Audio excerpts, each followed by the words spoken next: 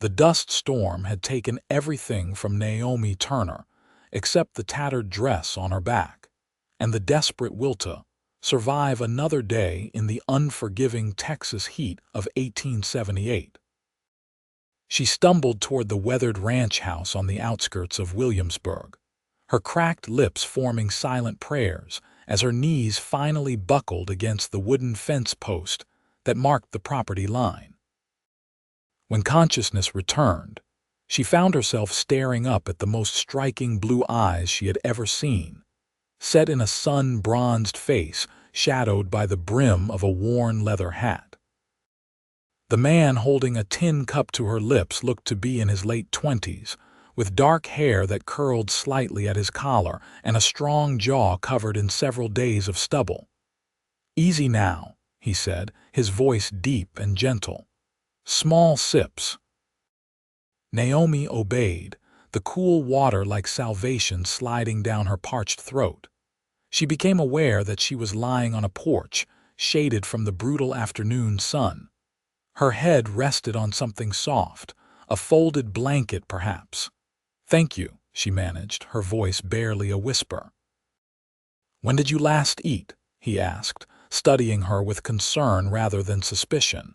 Naomi tried to remember. 2 days. 3. Time had become meaningless after the wagon train she had been traveling with was attacked by raiders near San Antonio. She had managed to escape into the brush during the chaos, but had been wandering ever since, heading east toward any sign of civilization. "I do not know," she admitted, shame coloring her cheeks. The man stood, his tall frame unfolding with an easy grace. "I will get you some food. Do not try to stand yet." She watched him disappear through the doorway, taking in her surroundings with growing awareness. The ranch appeared modest but well-maintained. The house itself was sturdy, built from good timber that had weathered to a silvery gray. Beyond the fence, she could see cattle grazing on sparse grassland that stretched toward distant hills. Several horses stood in a corral near a barn that looked newer than the house. He returned with a plate of cold beef, bread, and what looked like canned peaches. The sight made her stomach clench with hunger so intense it hurt. "Slowly," he cautioned, settling down beside her with his own cup of coffee. "You will make yourself sick otherwise." Naomi forced herself to take small bites, even though she wanted to devour everything at once. The food was simple but good, and she felt strength beginning to seep back into her limbs. "I am Naomi Turner," she said between bites. "I was traveling with a wagon train bound for Austin. We were attacked 4 days ago near San Antonio. I ran and got separated. I have been walking ever since." His expression darkened. "I heard about that. The sheriff in town mentioned it yesterday. They are still looking for survivors and tracking the raiders." He paused. "I am sorry for your loss. Were you traveling with family?" "My uncle and his wife," Naomi said, fighting back the grief that threatened to overwhelm her. "They took me in after my parents died of fever last year in Missouri. We were going to start fresh in Austin, but now—" Her voice trailed off. "Now you are alone," he finished gently. She nodded, blinking back tears. At 21 years old, she found herself completely without family or prospects in a harsh land that showed no mercy to women in her position. The reality of her situation was beginning to sink in, and it terrified her. "I am Knox Crawford," he said. "I own this ranch, such as it is. About 200 acres of stubborn land and equally stubborn cattle." "It looks like a good property," Naomi said honestly, noting the care evident in the maintained fences and buildings. Knox shrugged. "It is a lot of work for one man, but I manage. Built most of it myself over the past 6 years, since I was 22 and foolish enough to think I could tame this wild country." "You seem to have succeeded," Naomi observed. "Some days more than others." He took a long sip of his coffee, his gaze drifting toward the horizon. "What are your plans, Miss Turner? Do you have anyone in Austin who might help you? The question she had been dreading. Naomi set down her plate, the last few bites suddenly impossible to swallow. No one. My uncle's plan was for us to open a general store there, but that money was on the wagon. Everything was on the wagon. The town has a boarding house, Knox offered. Mrs. Henderson is a kind woman. Perhaps she could use help in exchange for room and board until you figure out your next step. But Naomi knew how this story went. She had seen it play out too many times during their journey west. A woman alone, without money or family, had limited options, and most of them were grim. The boarding house might take her on for a while, but then what? Marriage to whatever man would have her, regardless of his character. Or worse, falling into the kind of work that destroyed a woman's soul along with her reputation. Looking at Knox Crawford's honest face and the ranch he had built with his own hands, a wild idea took root in her mind. It was bold, perhaps even desperate, but what did she have to lose? "Mr. Crawford," she began, her heart pounding, "you said your ranch is a lot of work for one man." "That it is," he agreed cautiously. "I may be a woman, but I am not afraid of hard work. I grew up on a farm in Missouri. I can cook, clean, mend, tend animals, work a garden, and do whatever else needs doing." The words came faster now, tumbling out before her courage failed. "I am asking you to let me work your land in exchange for shelter. I will earn my keep. You will not regret it." Knox studied her for a long moment, his expression unreadable. Naomi forced herself to meet his gaze, willing him to see her determination rather than her desperation. "You are asking to work as my hired hand," he said slowly. "Yes, I know it is unconventional, but these are unusual circumstances. I need a place to stay and you need help. It seems like it could benefit us both." He stood and walked to the porch railing, looking out over his land. Naomi watched the tension in his broad shoulders, wondering what he was thinking. Perhaps he would refuse.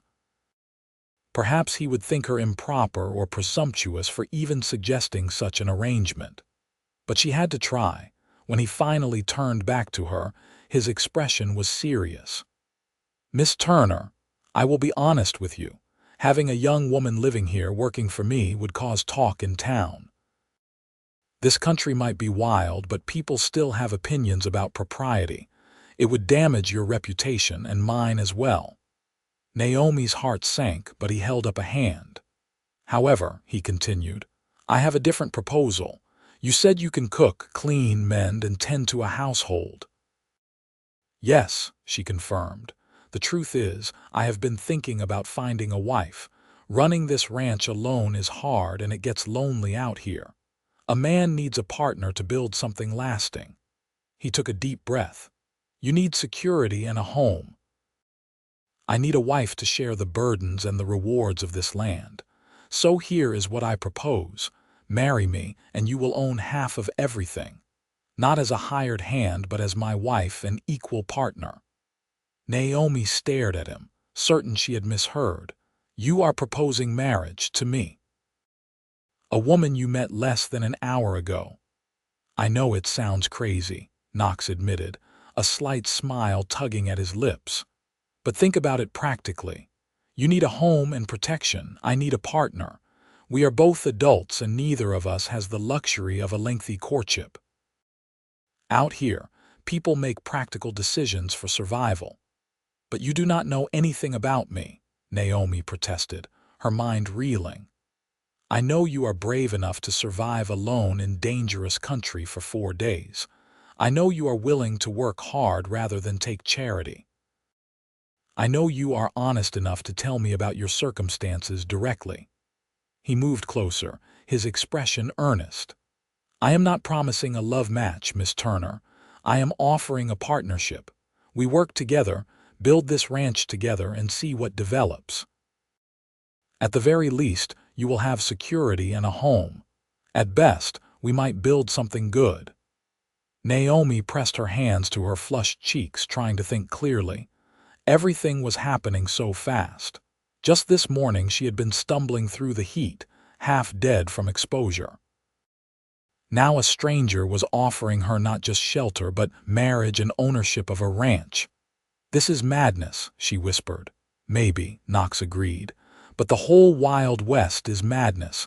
We are just trying to find order in the chaos." She looked up at him, really looked at him. Knox Crawford had kind eyes and an honest face. His hands were calloused from hard work, and his property showed that he was responsible and capable. He was not offering her romance, but he was offering her respect, partnership, and security. "How many women in her position could hope for even that much, if I agreed?" she said carefully. "What would you expect from this marriage?" Knox sat back down, giving her space. "Honestly, companionship, someone to share meals with, to talk to at the end of a long day. Help running the household and maybe the ranch too if you are willing. And eventually, if we grow comfortable with each other, perhaps a family. But I would not rush you or force anything. We would take time to know each other." "You are offering me half of your ranch," Naomi said, still trying to grasp it. "Why? You could simply hire me, pay me wages." "Because I do not want a servant, Miss Turner. I want a partner. My parents had that kind of marriage. They built their farm together in Tennessee, equal partners in everything. That is what I saw growing up, and that is what I want for myself." His voice grew softer. "I have been alone on this ranch for 6 years, working myself to exhaustion. I am tired of being alone. But more than that, I want to build something that lasts, something bigger than just me. That requires a true partner, not just hired help." Naomi felt tears prick her eyes at the sincerity in his voice. This rough cowboy was offering her more than she had ever hoped for, even before her life fell apart. "How can you trust me so easily?" she asked. "I could be anyone. I could be lying about everything." "Are you?" "No, but you have no way to know that." Knox smiled, a warm expression that transformed his weathered face. "Call it instinct. I have gotten pretty good at reading people out here. You have honest eyes, Miss Turner." She laughed shakily. "This morning I thought I might die in the desert. Now I am being proposed to by a rancher. The world is strange." "Is that a yes?" Naomi took a deep breath. She could refuse, go to town, try to make her own way. But she knew how that story usually ended for women in her position. Or she could take this leap of faith with a man who seemed decent and was offering her a genuine partnership. "If I say yes," she began, "I need to know that you mean it about the partnership. I will not be some docile wife who just obeys orders. I have opinions and ideas." "Good," Knox said firmly. "I want someone who can think for themselves. This ranch needs both of us working together, not one person giving orders. And you will not force the physical aspects of marriage until we are both ready. You have my word. Whatever happens between us will be because we both want it." Naomi studied his face one more time, searching for any sign of dishonesty or hidden cruelty. She found only patient sincerity. "Then yes," she said, her voice growing stronger. "Yes, I will marry you, Knox Crawford." The smile that broke across his face was like sunrise. He stood and offered his hand, helping her to her feet. She swayed slightly, still weak, and his arm came around her shoulders to steady her. "Easy," he murmured. "You are still recovering. Let us get you properly settled inside. And then tomorrow we will ride into town to see the preacher and make it legal." He guided her into the house, and Naomi looked around with new eyes. The interior was sparse but clean, clearly the domain of a bachelor who kept things tidy out of habit. The main room served as kitchen and living space, with a stone fireplace, a rough-hewn table, and a few chairs. She could see 2 doors leading off the main room, presumably bedrooms. "You will take my room," Knox said, leading her to one of the doors. "I will sleep in the spare room until after the wedding. The bedroom was simple, containing a bed with a plain quilt, a dresser, and a washstand. But after days of sleeping on hard ground, it looked like heaven. "Thank you," Naomi said softly. "For everything." Knox nodded. "Rest now. We can talk more at supper." After he left, closing the door quietly behind him, Naomi sat on the edge of the bed and let the enormity of what had just happened wash over her. She was going to marry Knox Crawford tomorrow. She would become a rancher's wife, joint owner of 200 acres of Texas land. It was terrifying. It was incredible. It was her chance at a new life. She lay back on the bed, intending to rest for just a moment, but exhaustion claimed her immediately, and she fell into a deep, dreamless sleep. When she woke, the light slanting through the window was the deep gold of evening. She could smell something cooking, and her stomach reminded her that she had not finished her earlier meal. Naomi stood, wincing at her aching muscles, and caught sight of herself in the small mirror above the dresser. She looked like she had been dragged through hell. Her brown hair was a tangled mess, her face was sunburned and dirty, and her dress was torn and stained beyond redemption. This would not do. She could not sit down to supper with her future husband looking like a ragamuffin. She found a pitcher of fresh water and a clean cloth on the washstand. Knox must have brought them in while she slept. She washed as thoroughly as possible, scrubbing away days of dirt and grime. Her hair required more work, but she managed to brush out the worst tangles and braid it into something presentable. The dress was hopeless, but it was all she had. She did her best to brush off the dust and straighten the torn places, then squared her shoulders and went out to face whatever came next. Knox was at the stove, stirring something in a large pot. He looked up when she entered, and his expression was approving. "You look better," he said. "More rested." "I feel more human," Naomi admitted. "Thank you for the water. It is just stew tonight, nothing fancy. It smells wonderful." They sat down to eat, and Naomi discovered that Knox was a surprisingly good cook. The stew was hearty and well-seasoned, with chunks of beef, potatoes, carrots, and onions in a rich broth. "This is delicious," she said sincerely. "Where did you learn to cook?" "Necessity," Knox replied with a slight smile. "I got tired of eating burned meat and scorched beans." A man can only tolerate his own bad cooking for so long before he either learns to do better or dies of food poisoning. Naomi laughed, the sound surprising them both. It felt strange to laugh after everything that had happened, but also good. Normal. They ate in comfortable silence for a while, then Knox spoke again. "I have been thinking about tomorrow. The preacher in Williamsburg is a good man, Reverend Thomas.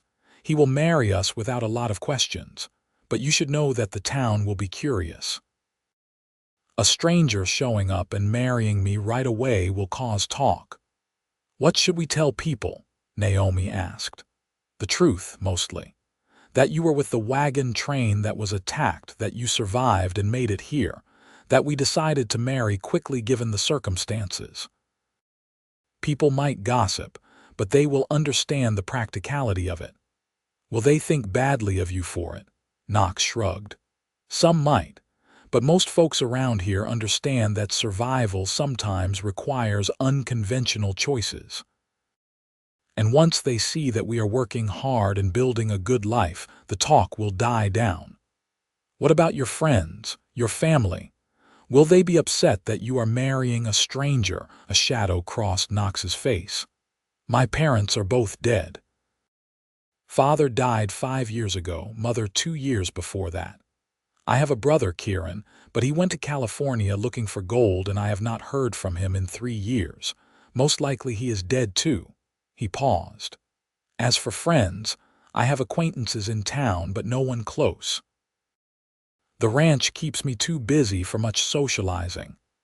"That sounds lonely," Naomi said softly. "It is," Knox admitted, "which is part of why I jumped at the chance to have a partner." Naomi set down her spoon and looked at him directly.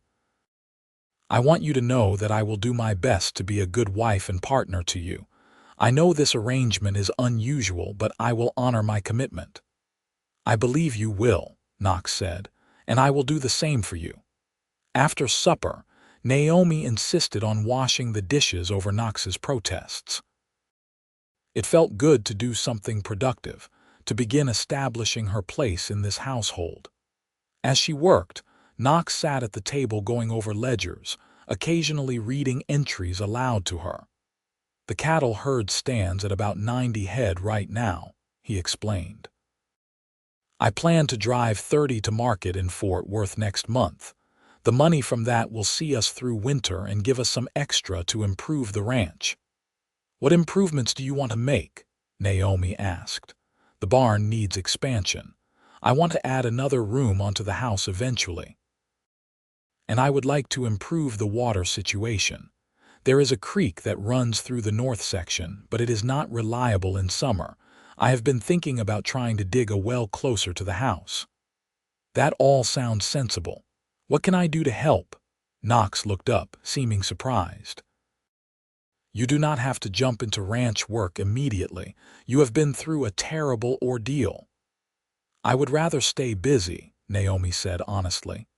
"Idle hands give the mind too much time to dwell on painful things." Understanding showed in his eyes. "All right, there is plenty to do. The vegetable garden behind the house has been neglected. I barely have time to keep the weeds down. If you want to take that over, it would help. We could have fresh vegetables instead of mostly canned goods." "I can do that. What else?" They spent the next hour discussing the ranch, its needs, and possible improvements. Naomi found herself growing excited despite everything. This was real. She would have a home, a purpose, a partner in building something meaningful. Finally, Knox stood and stretched. "We should get some sleep. Tomorrow will be a long day. We need to ride into town, find you something proper to wear, see the preacher, and get supplies." "I do not have any money for clothing," Naomi said, shame coloring her voice. "Naomi," Knox said gently, "after tomorrow, half of everything I own will be yours. That includes the money in the bank. We will get you what you need." The use of her first name sent a small shiver through her. It felt intimate, personal. Tomorrow she would be Naomi Crawford, wife of a Texas rancher. "Good night, Knox," she said softly. "Good night." In the privacy of the bedroom, Naomi prepared for sleep in the clothes she wore, having nothing else. Tomorrow she would have new clothes. Tomorrow she would be married. Tomorrow her new life would truly begin. She lay awake for a long time, listening to the unfamiliar sounds of the ranch at night. Cattle lowing in the distance, the wind rustling through the grass. Somewhere, an owl called. It was so different from the nights on the wagon train, surrounded by other families and the constant sounds of people settling in for sleep. But it was not unwelcome. There was something peaceful about the solitude, the sense of space and possibility. And in the next room, she knew Knox was there, a solid presence between her and whatever dangers the night might hold. Eventually, exhaustion claimed her again and she slept. Morning came with the sound of a rooster crowing and the smell of coffee brewing. Naomi rose, did her best to make herself presentable with her limited means, and emerged to find Knox already up and dressed, breakfast cooking on the stove. "Morning," he said with a smile. "I figured you would be hungry." They ate quickly. Then Knox showed her where he kept spare clothes. He found an old shirt that, while much too large, was at least clean and whole. With some creative tucking and folding, Naomi managed to make herself look slightly less like a destitute refugee. "You still look like you have been through hard times," Knox said honestly, "but at least you are clean and decent. We will get you properly outfitted in town." The ride to Williamsburg took about 45 minutes on horseback. Knox had a gentle mare he said was the calmest in his string, and despite her exhaustion, Naomi found she remembered how to ride from her childhood on the farm. The town was small but bustling, a single main street with perhaps 24 buildings. There was a general store, a saloon, a hotel, a blacksmith, and a church with a white steeple. Various other businesses filled in the gaps, and people moved along the wooden sidewalks going about their morning routines. Knox led her first to the general store, an establishment run by a motherly woman named Mrs. Patterson who looked at Naomi with sympathetic eyes. "This is Miss Naomi Turner," Knox said, his tone casual but firm. "She survived the wagon train attack near San Antonio. She needs clothes and supplies, and I am buying." Mrs. Patterson's eyes widened. "Oh, you poor dear. That was such a terrible tragedy. We heard about it just days ago." She bustled forward. "Come with me, dear. Let us see what we can do." The next hour was a whirlwind of measuring, selecting, and fitting. Mrs. Patterson was efficient and kind, not prying into Naomi's circumstances beyond what Knox had already shared. They selected 2 practical dresses, one in simple brown cotton and one in blue calico, undergarments, a nightgown, a warm shawl, sturdy shoes, and a wide-brimmed hat to protect from the sun. "You will need this too, Mrs. Patterson said, adding a hairbrush, pins, and a small hand mirror to the growing pile. When everything was tallied, Knox paid without hesitation, then asked Mrs. Patterson if there was somewhere Naomi could change into her new clothes. "Of course. Use the back room, dear." Naomi emerged minutes later in the brown dress, her hair properly brushed and pinned, wearing her new shoes. She felt like a different person. Knox's expression when he saw her made warmth bloom in her chest. "You look lovely," he said simply. "Thank you. I feel human again." Their next stop was the church. Reverend Thomas was a balding man in his 50s with kind eyes and a gentle manner. Knox explained the situation, and the preacher listened without judgment. "These are difficult times," he said when Knox finished. "I understand the need for practical decisions. But I must ask, Miss Turner, are you entering this marriage of your own free will? You are not being coerced." "I am not," Naomi said firmly. "Mr. Crawford has been nothing but kind and honorable. I am choosing this freely. And you understand that marriage is a sacred covenant, not to be entered lightly." "I do." The Reverend looked between them, then nodded. "Very well, I will perform the ceremony. Do you wish to do it now or wait?" Knox looked at Naomi, silently asking. She took a deep breath and said, "Now, please." They stood before the simple altar in the small church, with Mrs. Patterson and her husband serving as witnesses, summoned quickly from the general store. The ceremony was brief but solemn. When Reverend Thomas asked if Knox would take Naomi to be his lawfully wedded wife, his "I will" was firm and clear. When he asked Naomi the same, her voice shook only slightly as she answered. Knox had no ring to offer, but that would come later. For now, when the Reverend pronounced them husband and wife, Knox took Naomi's hands in his and kissed her forehead gently, respectfully. "Hello, wife," he said softly, a smile in his voice. "Hello, husband," Naomi replied and felt tears threaten. This was real. She was married. She was safe. She had a home. After signing the marriage certificate, they emerged from the church to find that word had spread. Several townspeople had gathered, curious about the cowboy marrying the stranger. Knox introduced her proudly as his wife, and while there were definitely curious looks and whispered conversations, most people seemed genuinely happy for them.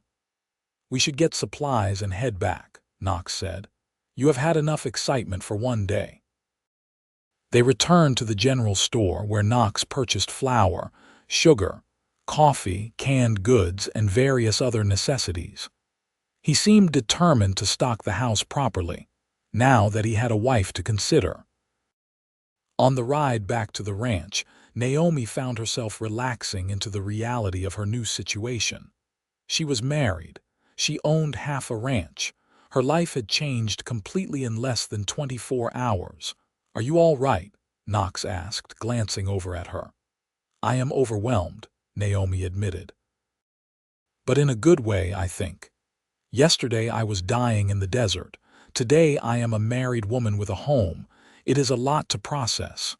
"We will take it slow," Knox promised. "There is no rush for anything. We have time to figure out how to be married."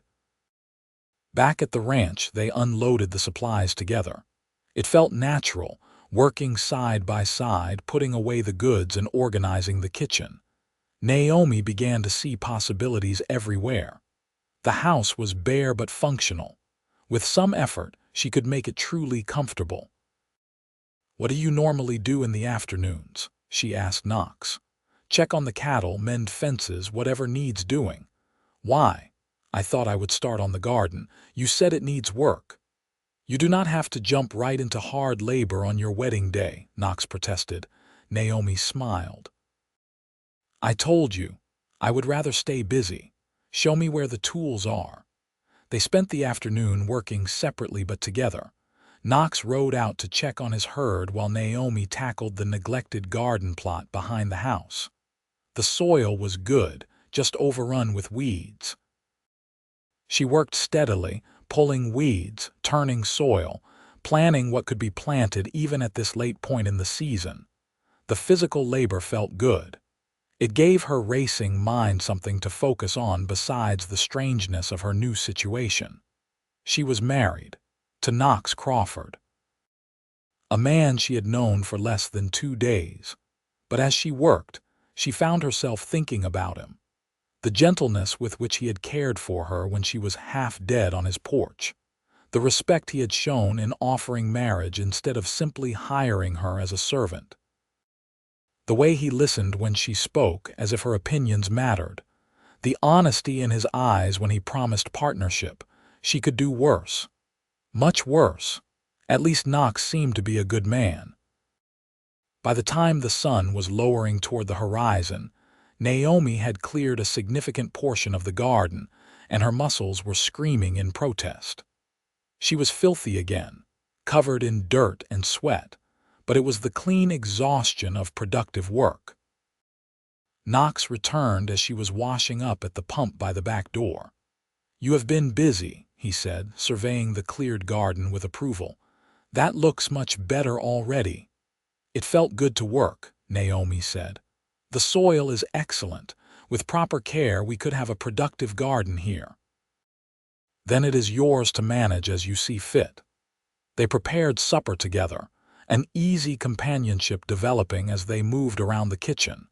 Naomi made biscuits while Knox fried salt pork and heated canned beans. It was simple fare, but filling. After the meal, as the last light faded from the sky, they sat on the porch in the cooling evening air. The vastness of the Texas sky stretched overhead, stars beginning to emerge in brilliant profusion. "I have never seen so many stars," Naomi murmured.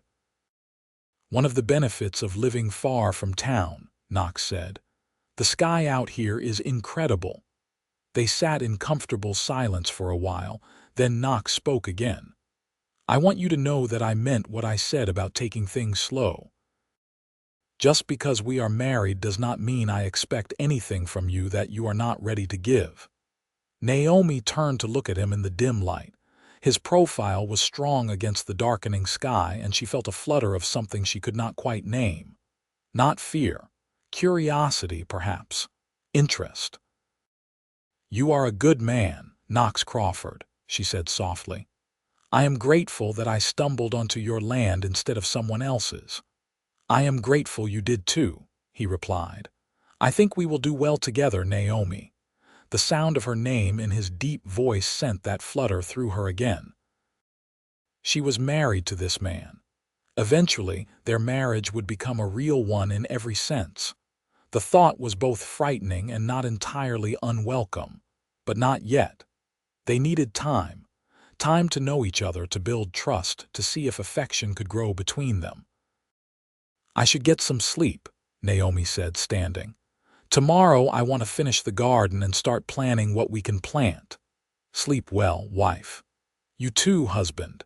In the bedroom that was now hers, Naomi changed into her new nightgown and brushed out her hair. She looked at herself in the small mirror and barely recognized the woman staring back. 2 days ago she had been an orphan fleeing for her life. Now she was a wife, a rancher, a landowner. Life could change in an instant. She had learned that the hard way. But maybe, just maybe, it could change for the better too. Over the next few weeks, Naomi and Knox fell into a routine. Each morning they rose early, worked together to prepare breakfast, then separated to tackle their respective tasks. Naomi threw herself into transforming the homestead, starting with the garden but expanding her efforts to the house itself. She made curtains from fabric purchased on their next trip to town. She scrubbed every surface until it gleamed. She organized the kitchen, learning where Knox kept everything and rearranging things to be more efficient. She cooked proper meals, drawing on recipes her mother had taught her years ago. Knox, for his part, seemed amazed by the transformation. Each evening he would come in from working the ranch to find some new improvement. Clean curtains framing the windows, a vase of wildflowers on the table, bread baking in the oven, filling the house with warmth and good smells. "You have made this place into a real home," he said one evening, looking around with wonder. "That was the goal," Naomi replied, pleased by his reaction. "A house is just a building. It takes effort to make it a home." But it was not just the physical improvements. They talked, really talked, in the evenings after work was done. Knox told her about growing up in Tennessee, about his parents' farm, about his decision to come west after they died to build something of his own. He spoke about the challenges of ranching in Texas, the droughts and cattle diseases and market fluctuations that could make or break a man. Naomi shared her own history. Her childhood in Missouri, happy until the fever that took her parents. Her uncle and aunt who had taken her in, good people who had tried to give her a future. The terror of the raid and her desperate flight to safety. With each conversation, they learned more about each other. Knox had a dry sense of humor that surprised her into laughter. Naomi had strong opinions about everything from politics to how cattle should be managed, which Knox found refreshing. "Most women I have known would not dream of discussing ranch business," he said one evening. "Most women you have known were not joint owners of a ranch," Naomi replied tartly. "This is my property too, which means I need to understand how it works." Knox grinned. "You are absolutely right. What do you think about my plan to buy more breeding stock next spring?" They spent the next hour discussing cattle breeding, market prices, and expansion strategies. Knox listened to her suggestions seriously, incorporating her ideas into his planning. It was intoxicating for Naomi, being treated as an equal partner rather than an ornament or servant. Physical closeness came gradually. At first they were careful to maintain clear boundaries, but over time those boundaries softened naturally. A hand on her shoulder as Knox passed behind her in the kitchen, his arm steadying her when she stumbled on loose stones, her fingers brushing his as they passed dishes at supper. Small touches, but they accumulated, and with each one Naomi found herself more aware of her husband. The way his shirt stretched across his broad shoulders, the laugh lines around his eyes, the gentleness of his strong hands when he helped her down from her horse. She began to think about what it would mean to be truly married to Knox. The thought no longer frightened her. Instead, it created a warm anticipation she did not quite know what to do with. 6 weeks after their wedding, Knox asked if she would like to ride out with him to check on the northern pastures. "It is a long ride," he cautioned. "We would be gone most of the day." I would love to see more of the ranch, Naomi said eagerly. They packed a lunch and set out early, riding side by side through the Texas landscape. The land was beautiful in its own harsh way, all rolling grassland and distant hills under an impossibly blue sky. Knox pointed out landmarks and explained boundaries, showing her where the creek ran and where he hoped to expand the herd. They stopped for lunch beside the creek, letting the horses drink while they ate bread and cheese in the shade of scraggly mesquite trees. When I first bought this land, Knox said, looking out over the water, I thought I had made a terrible mistake. It seemed too big, too wild, too much for one person to manage. What changed? Naomi asked. I did, I suppose. I learned that you do not conquer land like this. You work with it, adapt to it, respect it, and slowly, over years, it becomes yours in a real way. He turned to look at her. Having you here has made me remember why I wanted this in the first place. I was so focused on just surviving that I forgot about actually living. Naomi felt heat rise in her cheeks at the intensity of his gaze. I am glad I can help you remember. Naomi, Knox said, then hesitated. Yes, these past weeks with you have been the best I have had since coming to Texas, maybe the best I have had in my whole life. You have transformed not just the ranch, but everything. I wake up eager to see you each morning. I look forward to our evenings together. I find myself thinking about you when I am working, wondering what you are doing, wanting to share things with you. Naomi's heart was pounding. Knox.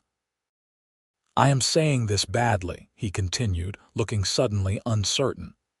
What I mean is, I know we married for practical reasons. But somewhere along the way it stopped being just practical for me. I have developed real feelings for you. Romantic feelings. The confession hung in the air between them. Naomi stared at him, her mind racing. She thought about how her chest tightened when he smiled, how she found excuses to be near him, how she had started caring what he thought of her appearance, how she lay awake at night, aware that he was just in the next room, wondering what it would be like if he was closer. It stopped being just practical for me too, she admitted softly. Knox's expression transformed, hope lighting his features. Really, really. I did not want to presume. We agreed this was a partnership, a practical arrangement, but I have found myself caring for you, Knox, looking forward to seeing you, missing you when you are gone too long. She took a breath. I think I might be falling in love with my husband. He reached for her hand, his calloused fingers intertwining with hers. And I know I am falling in love with my wife. They sat there by the creek, hands clasped, smiling at each other like fools. Then Knox leaned forward slowly, giving her time to pull away if she wanted. Naomi did not want to. She met him halfway and their lips touched in their first real kiss. It was gentle and sweet and perfect. When they pulled apart, both were breathless. I have wanted to do that for weeks, Knox admitted. I wish you had, Naomi said, then kissed him again. The ride back to the ranch seemed both too long and too short. They kept looking at each other and grinning, the air between them charged with new possibilities. Everything had shifted, the practical partnership evolving into something deeper and more meaningful.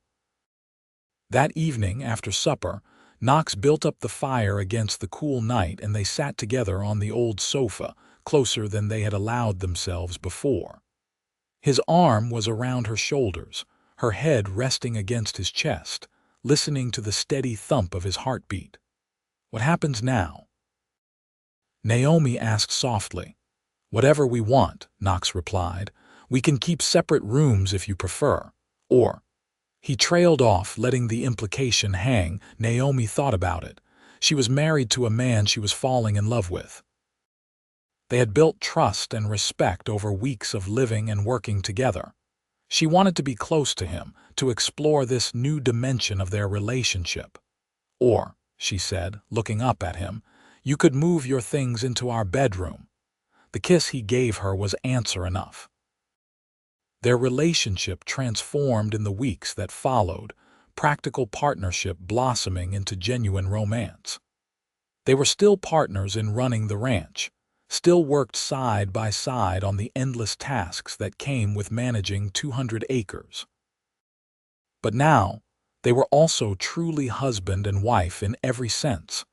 Naomi discovered that Knox was an attentive and caring lover, patient and gentle with her inexperience. He made her feel cherished and desired, and she found herself blooming under his affection.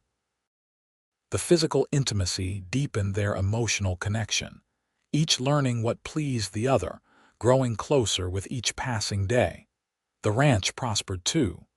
The garden Naomi had worked so hard on yielded an abundance of vegetables. She spent long days preserving them for winter, canning and drying and storing.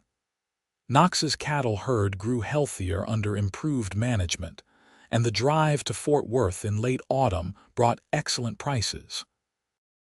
On their first trip to town after they had consummated their marriage, the change in them was evident. They stood closer together, touched more freely, smiled at each other with obvious affection. Mrs. Patterson commented that she had never seen Knox look so happy. "Marriage clearly agrees with you both," she said warmly. "It does," Knox confirmed, his arm around Naomi's waist. "Best decision I ever made." Winter came to the Texas plains, not as harsh as winters back in Missouri, but bringing cold nights and occasional freezes. Naomi and Knox spent long evenings by the fire, talking, rating, planning for the spring. They discussed expanding the house, maybe adding that extra room Knox had mentioned. "We might need the space," Naomi said carefully one evening in late December. Knox looked up from the harness he was mending. "Why, are you expecting someone to visit?" She took a deep breath, hardly able to contain her smile. "Not a visitor, a resident. I think I might be pregnant." Knox stared at her for a long moment, then dropped the harness and crossed to her in 3 strides. He gathered her into his arms, holding her close but carefully, as if she might break. "Are you certain?" he asked, his voice rough with emotion. "Fairly certain. All the signs are there. I think the baby will come in summer, probably July." "A baby," Knox said wonderingly. He pulled back to look at her face, his eyes bright. "We are going to have a baby. Are you happy about it?" "Happy, Naomi, I am overjoyed, terrified but overjoyed." He kissed her tenderly. "You have given me everything. A home, a partner, and now a child. I do not have words for what I feel." "Then show me," Naomi said, and he did. The winter passed in a haze of contentment and preparation. Knox became even more protective, insisting Naomi not overwork herself. She rolled her eyes at his hovering but secretly loved his concern. They planned for the baby, discussing names and clearing out the spare room for a nursery. When spring arrived, bringing new grass and calves and the promise of renewal, Naomi was visibly pregnant. Her body was changing, growing round with their child, and Knox treated her like precious glass.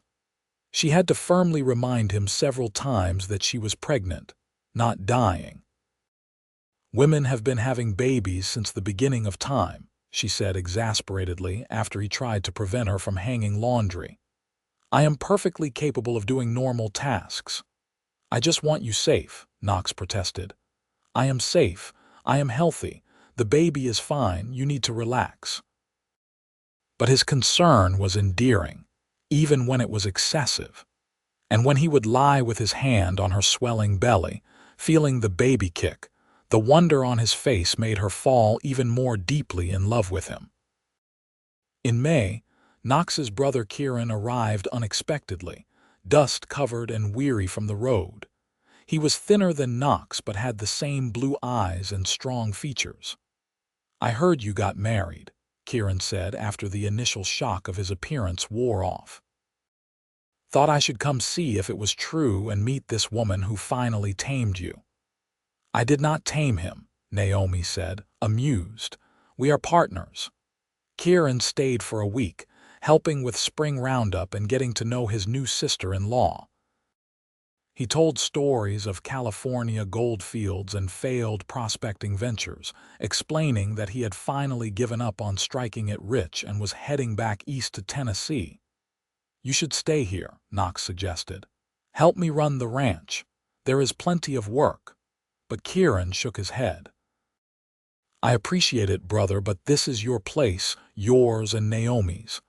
Besides, I am not cut out for ranching, never had your patience for it." He grinned. "But I am glad to see you happy. Really happy, not just surviving." "I am happy," Knox agreed, looking at Naomi. "Happier than I ever imagined I could be." After Kieran left, life settled back into its comfortable rhythm. The days grew longer and hotter as summer approached. Naomi moved more slowly as the baby grew larger, but she remained active, determined not to be an invalid. On a scorching day in mid-July, the pains began. Knox rode to town at a gallop to fetch the midwife, Mrs. Henderson, who lived above her boarding house. The older woman came quickly, her experience evident in her calm efficiency. "First babies take their time," she told Knox firmly. "Go boil water, tear clean sheets into strips and stay out of the way unless I call for you." Knox looked like he wanted to argue, but Naomi shooed him away. "I am fine. Mrs. Henderson knows what she is doing." The labor was long and difficult, lasting well into the night. Knox paced in the main room, jumping at every sound from the bedroom. Finally, as dawn was breaking, a baby's cry pierced the air. Mrs. Henderson emerged, smiling. "You have a son, Mr. Crawford, a healthy boy with good lungs." Knox rushed past her into the bedroom. Naomi lay exhausted against the pillows, hair plastered to her forehead with sweat, but smiling broadly. In her arms was a tiny bundle, red-faced and squalling. "Meet your son," she said softly. Knox approached slowly, reverently, as if in the presence of something sacred. He looked down at the baby, this perfect little person that he and Naomi had created, and felt his throat tighten with emotion. "He is beautiful," Knox whispered. "You are both beautiful. Would you like to hold him?" With shaking hands, Knox took his son, cradling the baby carefully against his chest. The infant quieted, apparently soothed by his father's solid presence. "Hello, little one," Knox murmured. "Welcome to the world. I am your father, and I promise I will do my best to take care of you and your mother always." "What should we name him?" Naomi asked. They had discussed names for months but never settled on anything definite. Now, looking at his son's face, Knox said, "What about Caleb?" "It means faithful, wholehearted." "Caleb Crawford," Naomi tested. "I like it. Caleb it is." Mrs. Henderson stayed for 3 days, helping Naomi recover and teaching her about caring for a newborn. Knox hovered constantly, wanting to help but often getting in the way, until the midwife finally assigned him tasks like washing diapers and fetching water. When Mrs. Henderson finally left, declaring both mother and baby healthy, Knox and Naomi were alone with their son.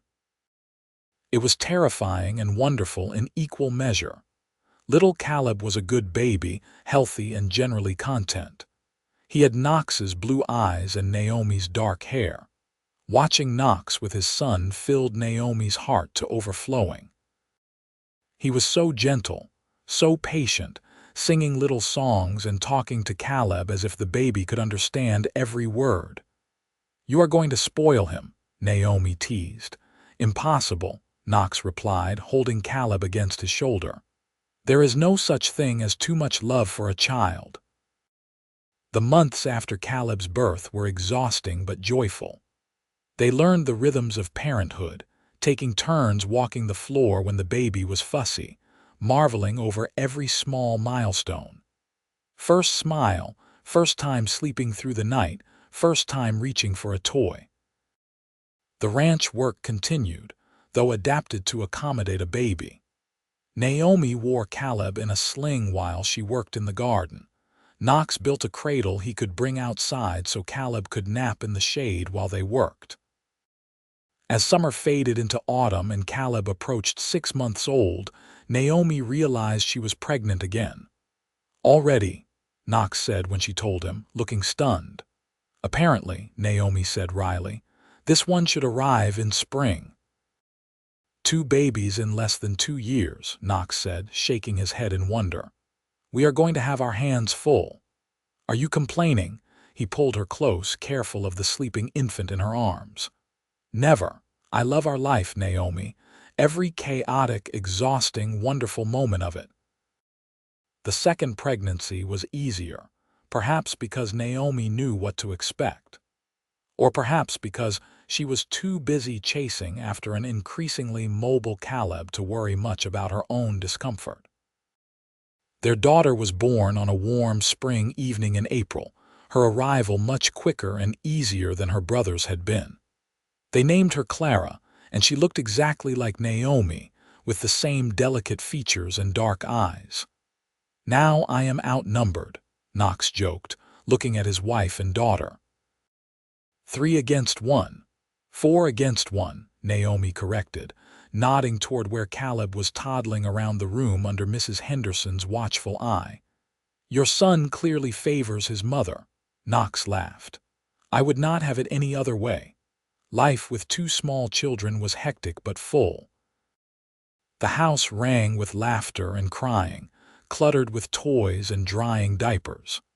There was always something that needed doing, always someone who needed attention.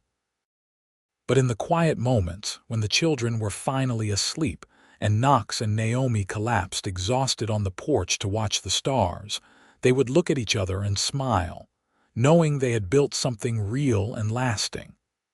"You ever regret it?" Knox asked one such evening. "Marrying me on such short acquaintance, taking on this hard life." Naomi thought about the desperate woman who had stumbled onto this ranch 2 years earlier, half dead and completely hopeless. She thought about everything that had happened since.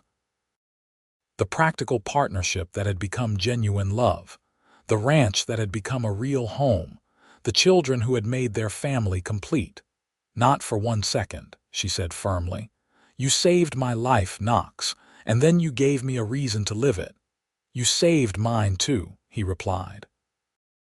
"I was just surviving before you came. Now I am living." They sat in comfortable silence, Knox's arm around her shoulders, her head resting against his chest. Inside, they could hear Caleb starting to fuss, signaling that Clara would wake soon too and they would need to tend to their children. But for this moment, they were just a man and woman who had found each other against all odds in a wild and unforgiving land, who had built something beautiful together through hard work and mutual respect and growing love. "Come on," Naomi said, standing and offering her hand. "Our children need us." Knox took her hand and rose, but before they went inside he kissed her softly. "I love you, Naomi Crawford. I love you too, Knox Crawford, now and always." 5 years passed in a blur of activity and growth. The children grew from babies to rambunctious youngsters. Caleb at 6 was already trying to follow his father everywhere, eager to learn ranching. Clara at 4 was her mother's shadow, helping in the garden and learning to cook. The ranch prospered. Knox had expanded the herd significantly, and they now ran over 200 head of cattle.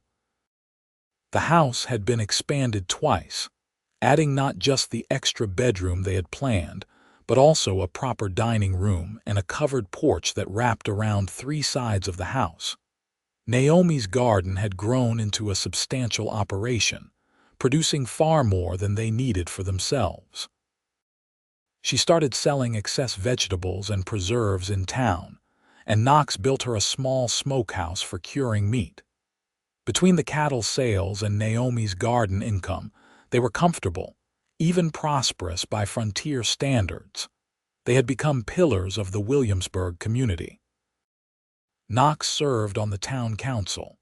Naomi helped establish a school where Clara and Caleb now attended classes 3 days a week. They had made genuine friends, people who had come to respect both their hard work and their partnership. "Who would have thought, Mrs. Patterson said one day while Naomi was shopping, that the desperate woman who showed up married to Knox Crawford would become one of the most respected women in town." "Life is strange," Naomi agreed. "I certainly never imagined this is where I would end up. Are you happy?" The older woman asked kindly. Naomi thought about her life. The early morning starting before dawn, the endless work of running a ranch and raising children, the isolation of living miles from town, the hardships that came with frontier life, and she thought about Knox's laughter, Caleb's excited chatter about the calf he was helping raise, Clara's small hand in hers as they worked in the garden, the satisfaction of seeing food they had grown on their table, the security of knowing she owned this land, this home, this life. "I am," she said sincerely. "More than I ever thought possible." One evening in late summer, after the children were in bed, Knox led Naomi out to the porch. The sun was setting in a blaze of orange and gold, painting the sky with colors too vivid to be real. "You remember the day we met?" Knox asked, his arm around her waist. "Of course. How could I forget? I was certain I was going to die out there in the heat." "I remember thinking how brave you were," Knox said. "Even half dead, you were trying to make a deal, offering to work rather than beg for charity." "I remember thinking you were either the kindest man alive or completely insane," Naomi replied with a laugh. "Proposing marriage to a stranger like that. And look at us now. 7 years married, 2 children, a prosperous ranch. We have built a good life." "We have," Naomi agreed. "Though it has not always been easy." "No," Knox conceded, "but nothing worth having ever is." He turned to face her fully, his expression serious. "You once asked if I regretted marrying you. I said no then, and I have never been more certain of anything. You are the best thing that ever happened to me, Naomi. You and the children, this life we have built together. It is more than I ever dreamed of." Naomi felt tears prick her eyes. "You saved me, Knox. In every way a person can be saved.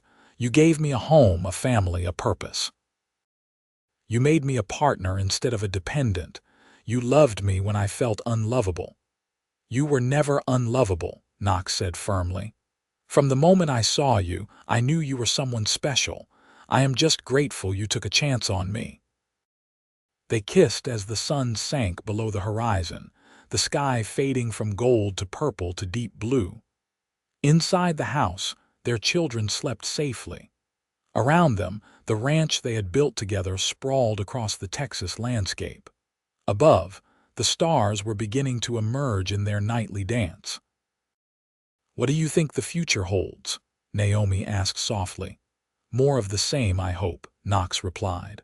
"Hard work, good times and bad, our children growing up, maybe grandchildren someday, a life lived together whatever comes." "That sounds perfect." 3 more years passed. Caleb was 9 now, already a skilled rider who could help his father with actual ranch work. Clara at 7 was becoming a talented cook and gardener, with her mother's eye for making things grow.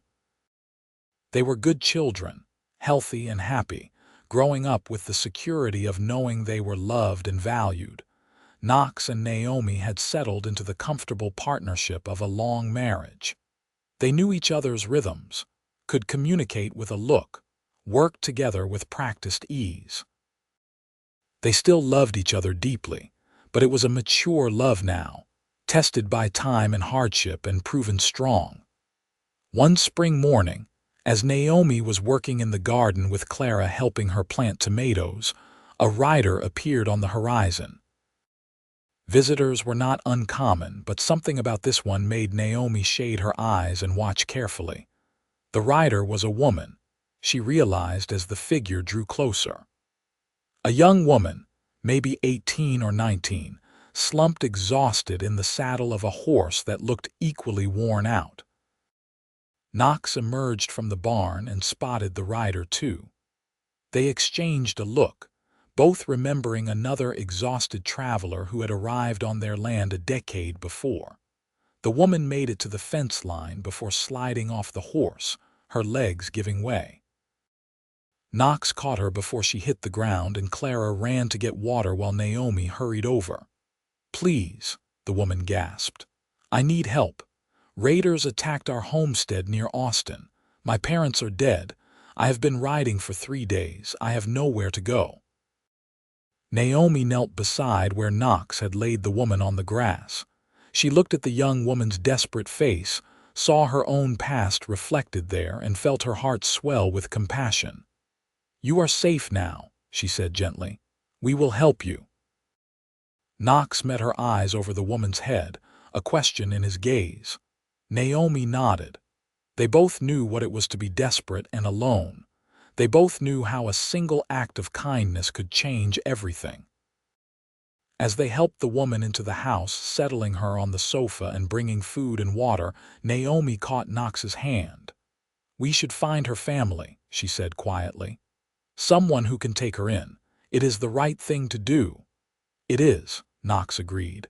"But if she has nowhere else, we have room. We could use help around here, and it would be good for Clara to have another woman around besides you." Naomi smiled at her husband, this good man who had saved her life a decade ago and continued to choose kindness every day. "You are a remarkable person, Knox Crawford." "I learned from the best," he replied, kissing her forehead. As it turned out, the young woman, whose name was Sarah Matthews, had no family left. Over the following weeks, after she had recovered from her ordeal, they offered her a place on the ranch in exchange for helping with the household and the children. She accepted gratefully, becoming part of their extended family. More years flowed by like water, each one bringing changes. Caleb grew into a tall, capable young man who could run the ranch as well as his father. Clara blossomed into a beautiful and competent young woman with her mother's strength and her father's kindness. Sarah eventually married a schoolteacher in town and started her own family, but remained close to the Crawfords. Knox's hair began to silver at the temples, and lines deepened around his eyes, but Naomi thought he had never looked more handsome. Her own face showed the marks of time and hard work, but she wore them with pride. They had earned every line and gray hair. On their 20th wedding anniversary, Knox surprised Naomi by taking her back to the spot by the creek where they had first confessed their feelings for each other. "Do you remember this place?" he asked as they dismounted. "Of course. This is where we stopped being just practical partners and admitted we were falling in love." They sat by the water, older now but still together, still strong. 20 years, Knox marveled. "Sometimes it feels like yesterday you stumbled onto my land. Other times it feels like you have always been here, like I cannot remember life without you." "I feel the same way," Naomi said. "You are as much a part of me as my own heartbeat." Knox pulled a small box from his pocket. "I never gave you a proper ring when we married. We could not afford it then, but I can now." Inside the box was a simple gold band with a small diamond. It was not elaborate or expensive, but to Naomi it was perfect. "Knox," she breathed, "it is beautiful." He slipped it onto her finger beside the plain band she had worn for 20 years. "You deserve all the beautiful things, Naomi. You have given me a life beyond my wildest dreams. A home, a family, a partnership that has made every day worth living. I love you more now than I did 20 years ago, and I will love you more tomorrow than I do today." Naomi kissed him, tasting salt from her own happy tears. "And I love you, my dear husband. Thank you for saving my life. Thank you for making me your partner. Thank you for loving me." They stayed by the creek for hours, talking and remembering and planning for the future. They spoke of their children's futures, of the possibility of grandchildren, of continuing to build and improve the ranch they had created together. As the sun began to set, painting the sky in those same impossible colors that had graced their wedding day 2 decades before. They rode back to the house hand in hand. Caleb and Clara were waiting on the porch, now young adults themselves. Caleb was courting a girl from town, talking of marriage. Clara was being pursued by several young men but had not yet settled on any of them. "There you are," Clara called. "We were starting to worry." "We were just revisiting old memories," Naomi said, dismounting with only slightly less grace than she had possessed at 21. That evening, the family gathered around the dinner table, now expanded to accommodate their growing numbers. They shared food and stories and laughter, the house filled with warmth and love and the comfortable chaos of family. Later, as Knox and Naomi prepared for bed in the room they had shared for 20 years, Naomi looked around at the life they had built. The house that had started as a bachelor's sparse dwelling was now a real home, filled with memories and love and the evidence of lives well lived. "Are you happy?" Knox asked, as he had asked so many times over the years. Naomi smiled at her husband, this man who had taken a desperate stranger and made her his wife, his partner, his equal, who had loved her through hardships and joys, through the mundane daily struggles and the extraordinary moments. "More than I ever imagined I could be," she replied. "You gave me everything, Knox. A home, a family, a purpose, and most of all, love. True, lasting, deep love. How could I be anything but happy?" He pulled her close, and she rested her head against his chest, listening to the steady beat of his heart. The same heart that had chosen to save her all those years ago. The same heart that had offered partnership instead of charity. The same heart that had loved her faithfully through 2 decades of marriage. Outside, the Texas night settled over the ranch, peaceful and quiet. The cattle were settled, the horses were in the barn, and in the house, a family slept safely under the roof that Knox and Naomi had worked together to maintain and expand. And in their bedroom, Knox and Naomi held each other close, grateful for the miracle that had brought them together and the love that had sustained them through everything. The years continued their inexorable march. Caleb married his sweetheart, Lily, and brought her to live on the ranch. Knox and Naomi built them a small house on the eastern section of the property, close enough for family but far enough for privacy. When Caleb and Lily's first child was born, a boy they named Knox after his grandfather, Naomi cried happy tears at holding her grandson. Clara eventually chose a husband too, a deputy sheriff named Michael who won her heart with his steady nature and kind eyes. They settled in town, where Michael continued his work keeping the peace, but visited the ranch often. Knox and Naomi eased back from the hardest physical labor, letting Caleb take over more of the ranch operations while they focused on the parts they most enjoyed. Knox still rode out to check on the herd regularly, unable to fully let go. Naomi's garden remained her domain, still the most productive in the county. They were grandparents now, a status they embraced with joy. There were eventually 5 grandchildren between Caleb and Clara's families, and the ranch house was once again filled with the sound of children playing and laughing. On their 30th anniversary, the entire family gathered for a celebration. The house could barely contain everyone, but they managed, squeezing around the extended table for a feast that Naomi and Clara had prepared together. After dinner, when the children were playing outside and the adults were relaxing on the porch with coffee, Caleb raised his cup in a toast. "To my parents," he said, "who built this ranch with their own hands and made it a place of love and security for all of us. You taught us what a real partnership looks like, what true love means. Everything we have, everything we are, we owe to you." "Hear, hear," chorused the others, raising their own cups. Knox looked at Naomi, his eyes bright with emotion. She squeezed his hand, thinking about the journey that had brought them here. From that first desperate meeting to this moment, surrounded by family and love and the fruits of their decades of labor. That night, alone again in their room, Knox said, 30 years. Can you believe it? Sometimes yes, sometimes no, Naomi replied. It has gone so fast. Do you remember when you begged to work my land for shelter? Knox asked with a smile. And I said you would own half of it as my wife.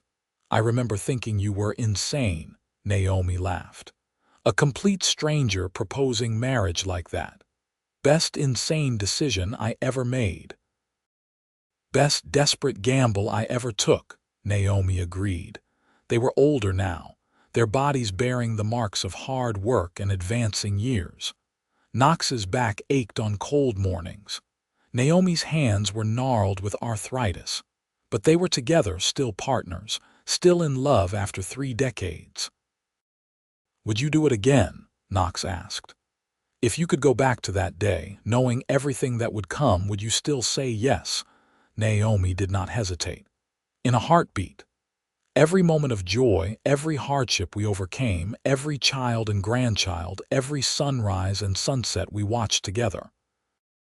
I would choose all of it again, because I would choose you. Knox kissed her, a gentle kiss full of decades of love and commitment and partnership.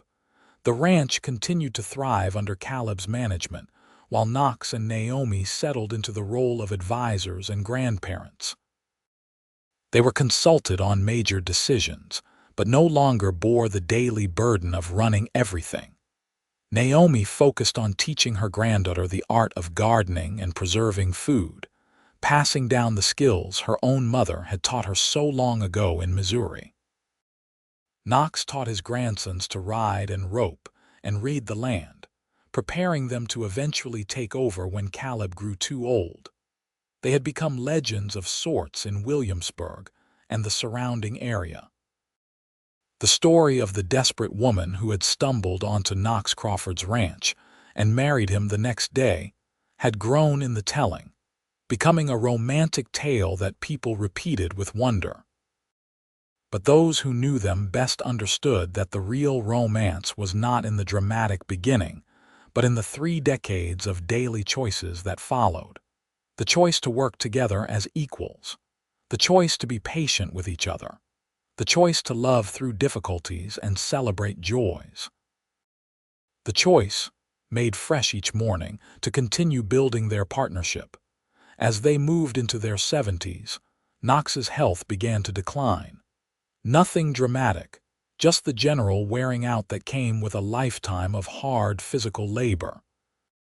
He could not ride as far or work as long, and some mornings it took him a while to get moving. Naomi watched him carefully, worry gnawing at her. The thought of losing Knox, of being without him, was unbearable. They had been together for over 35 years now. He was as essential to her as breathing. One evening, as they sat on the porch watching the sunset as they had done thousands of times before, Knox said quietly, "I am slowing down, Naomi. We both know it." "You are fine," she said firmly, denying what they both knew was true. "I am not dying tomorrow," Knox reassured her, taking her hand. "But we are getting old. We need to talk about the future." They discussed their wishes for the ranch, for their children and grandchildren. Knox had already started the legal process of transferring full ownership to Caleb, with provisions for Clara and her children. But more importantly, they talked about themselves. "When my time comes," Knox said, "I want you to know that I have no regrets. This life with you has been more than I ever dreamed possible. You made me happier than I had any right to be." "Stop talking like that," Naomi said, tears in her eyes. "You are going to be around for many more years." "I hope so," Knox said gently. "But if I am not, I need you to promise me something." "What?" "That you will be okay. That you will keep living, keep finding joy. Do not spend your remaining years just mourning me. Live, Naomi, the way we have lived together." She could not promise that, could not imagine a life without him in it. But she nodded because she knew it gave him comfort. Knox did live for many more years. They celebrated their 40th anniversary surrounded by children, grandchildren, and even one great-grandchild. They had become the patriarch and matriarch of a large family, the foundation on which 2 generations had been built. They were both frail now, moving slowly, needing help with tasks that once had been simple. But they were together, still holding hands, still finding joy in each other's presence. On a warm summer evening, as they sat on the porch watching their great-grandson toddle around the yard under his mother's watchful eye, Knox turned to Naomi. "Look at what we built," he said softly. "All of this from that one desperate day when you stumbled onto my land." "We built a legacy," Naomi agreed. "A family, a home, a life. I could not have done it without you. We did it together. That was always the point, together." Knox's health failed gradually over the next year. He spent more time resting, less time out on the land he loved. Naomi rarely left his side, the 2 of them spending long hours just being together, not needing words after 4 decades of partnership. On a peaceful autumn morning, with Naomi holding his hand, and their children and grandchildren gathered around, Knox Crawford passed away quietly in the house he had built, on the land he had tamed, surrounded by the family he had created with the woman who had once begged to work his land for shelter. Naomi grieved deeply, as was right and natural, but she also remembered her promise. She continued to live, to find joy in her children and grandchildren, to work in her garden, to watch the sunsets from the porch. She kept Knox's memory alive through stories and the legacy they had built together. She lived for 3 more years after Knox's death, 3 years of being grandmother and great-grandmother, of imparting wisdom and love to the generations that followed. 3 years of remembering the great love story of her life and feeling grateful for every moment of it. When Naomi finally passed, peacefully in her sleep on a spring morning with flowers blooming in her garden, she was buried beside Knox on a small hill overlooking the ranch they had built together. Their children erected a simple stone that read, "Knox Crawford, beloved husband, father, grandfather Naomi Crawford, beloved wife, mother, grandmother." Together they built a legacy of love and partnership. The ranch continued, passed down through the generations, each one learning the story of how it all began. The tale of a desperate woman who begged to work the land for shelter, and a cowboy who offered her something better. True partnership, equality, and eventually, deep and lasting love. And sometimes, on quiet evenings when the sun was setting over the Texas plains painting the sky in impossible colors, family members would swear they could feel the presence of Knox and Naomi, still together, still watching over the legacy they had created from one moment of desperate need and one act of extraordinary kindness. The love they had built endured, a testament to what 2 people could create when they chose partnership over convention, love over fear, and together faced whatever challenges came their way.